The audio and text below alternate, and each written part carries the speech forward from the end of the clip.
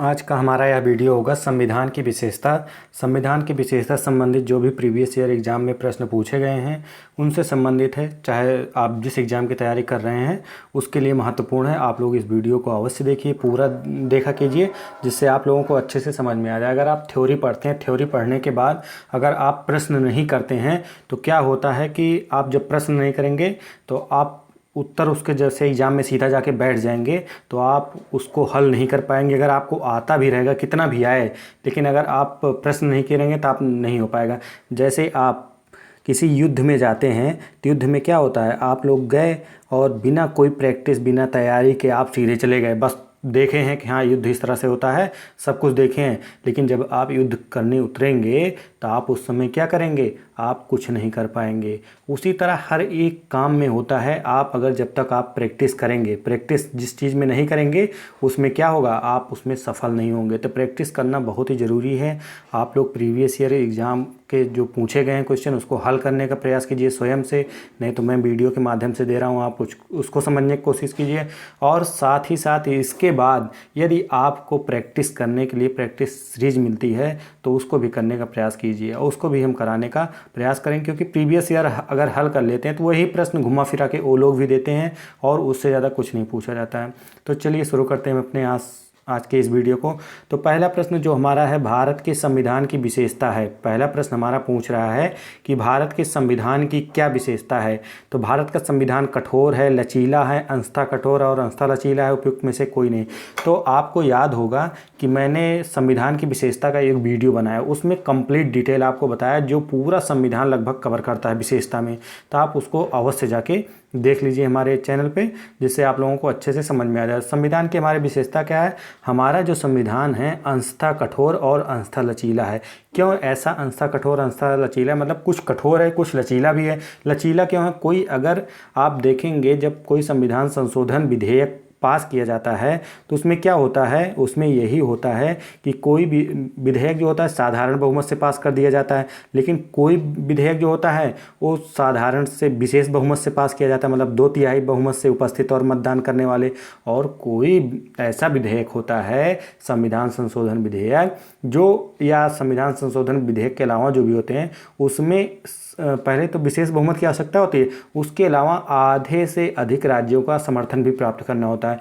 अगर एग्जाम्पल दे तो जब आपका जीएसटी कानून बना था तो उसमें से आधे से अधिक राज्यों ने क्या किया था, अनुमोदन किया था, तब जाके पास हुआ था। तो वही आपका कठोर है, वही आपका क्या है, कठोर है संविधान की विशेषता में। और लचीला का मतलब जो साधारण बहुमत से पास हो जाए, विशेष बहुमत से पास हो जाए, तो समझ लीजिए लचीला ही है। लेकिन यही कठोर बना देता है जब आपको आधे से अधिक राज्यों को सहमति प्राप्त करनी होती है।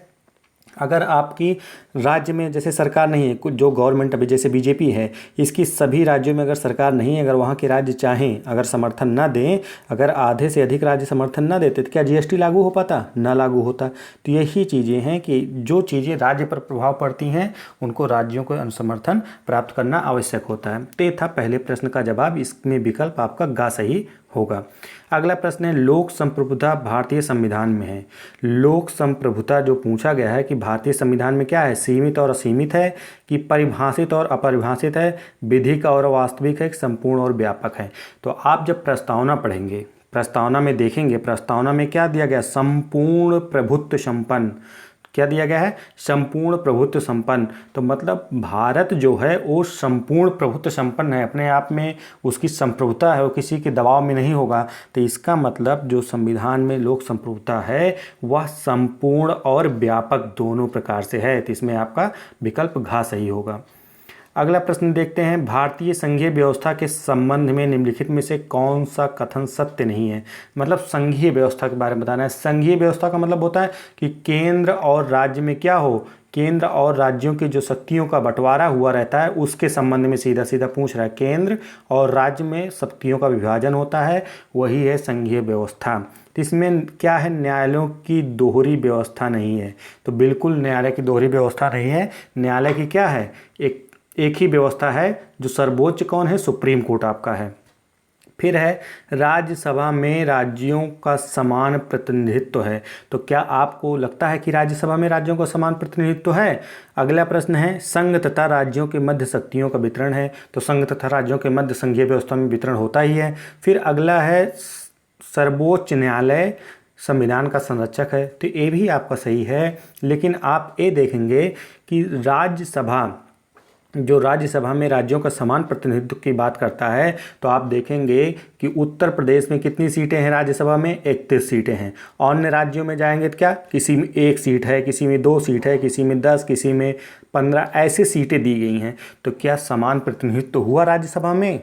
राज्यसभा में राज्यों का समान प्रतिनिधित्व हुआ? नहीं हुआ। तो इसलिए वहाँ पर किस आधार पर किया गया? जनसंख्या के आधार पर ऐसे व्यवस्था की गई है। तो अगर प्रश्न के हिसाब से देखा जाए कौन सही नहीं है, तो आपका विकल्प खा सही नहीं है। अगला प्रश्न देखते हैं। अगला प्रश्न है सही कथन को आपको इनमें से बताना है कौन सा सही कथन है। तो जो ऑप्शन में दिया गया है, अवशेष शक्तियां भारत में राज्यों के पास और अमेरिका में केंद्र में निहित होती हैं। तो क्या अवशेष शक्तियां या अवशिष्ट शक्तियां? अभी आप देखेंगे तो मैंने बताया था, जब आपको सूची के बारे में बता रहे थे, इसके पहले के वीडियो में क्वेश्चन हल करा रहे थे, उसमें बताए थे कि अवशिष्ट शक्तियाँ या अवशेष शक्तियाँ क्या हैं। अवशेष मतलब अवशिष्ट शक्तियाँ जो बच गई हैं, जो राज्य सूची, केंद्र सूची, जो राज्य संघ और समवर्ती सूची से जो शक्तियाँ बची हैं वो क्या हैं? वही अवशेष शक्तियाँ हैं। तो अवशेष शक्तियों के बारे में कह रहा है कि अवशेष शक्तियाँ भारत के राज्यों के पास और अमेरिका में केंद्र में निहित है। तो ये बिल्कुल गलत है। तो जो अवशेष शक्तियाँ भारत में राज्यों के पास बिल्कुल नहीं है, वो किसके पास है? संसद के, केंद्र के पास, क्योंकि संसद उस पर कानून बनाती है। और अमेरिका में क्या है? अमेरिका में राज्यों के पास है। फिर अमेरिका में 3 तरह की विधायिक शक्तियां होती हैं, जबकि भारत में केवल एक ही प्रकार की शक्ति का निरूपण है। ये भी सही है। भारत और अमेरिका दोनों में अवशेष शक्तियां केंद्र के पास हैं, ये भी गलत है। फिर उसके बाद आपका ये वाला क्या था? विकल्प खा आपका गलत था। फिर उसके बाद आप देखेंगे कि भारत और अमेरिका दोनों में अवशेष शक्तियाँ केंद्र के पास है, ये भी गलत है।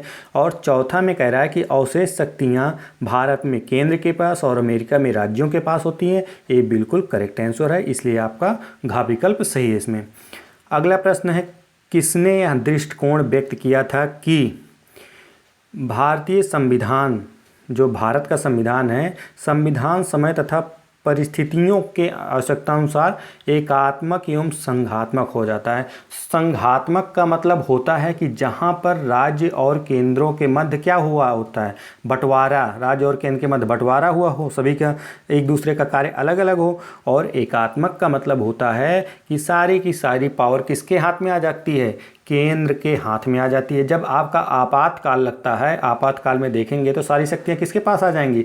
आपातकाल में सारी शक्तियाँ आपके केंद्र के पास आ जाती हैं। तो ये कथन को किसने कहा है? केसी हुइयर, आर.सी. सरकारिया, अम्बेडकर, जेनिंग्स। तो आप इसमें देखेंगे कि इस कथन को जो कहा गया है, इस कथन को आपके जेनिंग्स महोदय ने कहा है। किसने कहा है? जेनिंग्स महोदय ने कहा है। आइवर जेनिंग्स नाम आपने सुना होगा। अगला प्रश्न है भारतीय संघीय व्यवस्था केंद्रमुखी है। भारत की जो संघीय व्यवस्था है केंद्रमुखी है, क्यों केंद्रमुखी है ये एक्सप्लेन कर रहा है। तो आपको बताना इसमें कौन सही है। तो संपूर्ण भारत के लिए केवल एक ही नागरिकता है। तो केंद्रमुखी होने का एक और दायित्व होता है कि नागरिकता केवल केंद्र की होती है, राज्यों की नहीं होती है। जबकि अमेरिका में ऐसा नहीं है। अमेरिका में राज्य तथा केंद्र दोनों में होती है, दोहरी नागरिकता का प्रावधान है। लेकिन भारत में किसकी? एकल नागरिकता का प्रावधान है। तो आपका संपूर्ण भारत के लिए केवल एक ही नागरिकता का प्रावधान करता है। तो मतलब ये सही है। तो यही संघीय व्यवस्था का वो भी लक्षण है। फिर अगला है आपातकाल में केंद्र की शक्ति बहुत बढ़ जाती है, बिल्कुल बढ़ जाती है। पूरा का पूरा केंद्र के हाथ में पावर चली जाती है। संसद राज्य के क्षेत्रों का पुनर्वितरण कर सकती है, बिल्कुल कर सकती है। आप संविधान के भाग 1 में देखेंगे तो उसमें नए राज्यों के पुनर्गठन से संबंधित है। तो नए राज्यों का निर्माण भी कर सकती है, नए राज्यों को समाप्त भी कर सकती है। दो राज्यों के या एक राज्य के क्षेत्र को अलग करके नया राज्य भी बना जा सकती है। तो ये क्या है? ये भी सही है। तो उपयुक्त सभी, यही विकल्प आपका क्या है? सही है। घा वाला विकल्प आपका सही है। मतलब इसमें चारों विकल्प आपके सही हैं। अगला प्रश्न है भारत के संविधान में फेडरल शब्द कहाँ वर्णित किया गया है? भारत के संविधान में फेडरल शब्द कहाँ वर्णित किया गया पूछ रहा है। प्रस्तावना में भाग 3 में कहीं भी वर्णित नहीं है, अनुच्छेद 368 में। जब आप पढ़ेंगे क्या पहला भाग एक में क्या कहा गया है? भारत अर्थात इंडिया क्या होगा? राज्यों का एक संघ होगा, राज्यों का संघ होगा। तो यहाँ पर इंग्लिश शब्द पूछ रहा है, तो संघ का उसने प्रयोग किया है, यूनियन शब्द का प्रयोग किया गया है। यूनियन, इंग्लिश में यूनियन शब्द का प्रयोग किया गया है। मतलब भारत के संविधान में कहीं भी फेडरल शब्द का प्रयोग नहीं किया गया, याद रखिएगा। तो इसमें आपका विकल्प ग सही होगा। अगला प्रश्न है आपका, भारतीय संघ को पैरामाउंट फेडरेशन किसने कहा है? पैरामाउंट फेडरेशन या परम संघ किसने कहा है? तो के सांथानम जो आपके थे वो पैरामाउंट फेडरेशन भारत को परम संघ कहा है। अगला प्रश्न है, भारतीय संघीय प्रणाली की विशेषता निम्नलिखित में से कौन सी है? भारत की जो संघीय प्रणाली है उसकी विशेषता कौन सी है? तो भारत के जो मैंने अभी संघीय प्रणाली की विशेषता बताया था कि शक्तियों का बंटवारा होगा, किसमें? केंद्र और राज्यों में शक्तियों का बंटवारा होगा। तो ऑप्शन ए सही है। शक्तियों का पृथक्करण बिल्कुल नहीं होगा, क्योंकि शक्तियों का पृथक्करण वहाँ पे होता है जहाँ पर अध्यक्षात्मक शासन प्रणाली लागू होती है। ठीक। अगला है स्वतंत्र न्यायपालिका। बिल्कुल स्वतंत्र न्यायपालिका होती है। प्रधानमंत्री का नेतृत्व संसदीय व्यवस्था में होता है। लिखित संविधान। तो 3 ऑप्शन आपके, पहला, तीसरा, पांचवा, मतलब का, गा और अंगा, ये आपके क्या हैं? आपके सही हैं। मतलब ये संघीय प्रणाली की विशेषता है। तो इसके अनुसार आपका देखेंगे तो कौन सा सही है? आपका चौथा ऑप्शन सही है इसमें। अगला है, भारत एक गणतंत्र है, इसका अर्थ है, भारत एक गणतंत्र है इसका अर्थ है कि जनता संप्रभु है, कि संसदीय शासन व्यवस्था है, राज्यों का संघ है, वंशानुगत शासक नहीं है।